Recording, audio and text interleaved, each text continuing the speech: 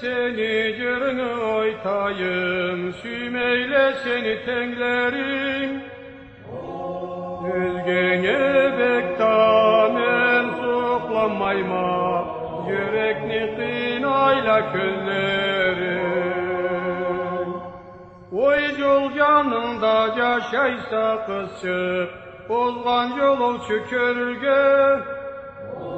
Kişi bilmeyen kökten mi düşkense, adamga cevap verir gök. Üyün alnında oyalma terik, kızarıp pişedi alması. Oy menden sonra seni kişiye, yaratkan Allah yazmasın. Men algış ettim, kargışta yettim, ola meni san etmeydi. Bu yol kaderi sınamağa dedim, dilegim ana gitmeydi.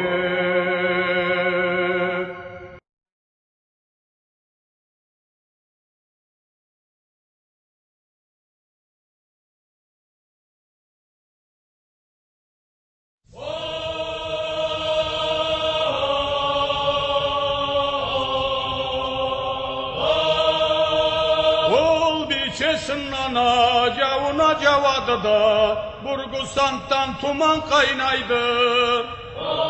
Ol menin anıma büge çeketip elde toyla da oynaydı. Ol tüküm boladı menin anım ketkelip ol altay kebip köründü. Kelmeydin anam Allah'ına karayma, geç oldu günü bölündü. Tavladan bir camini yüreğim, tarı bürtükten az oldu.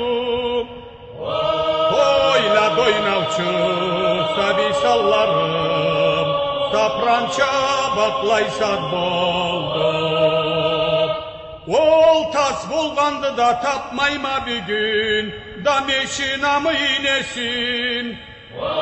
Ol meni tenyim da kim bolsa da, bolmazlık işine suymesin.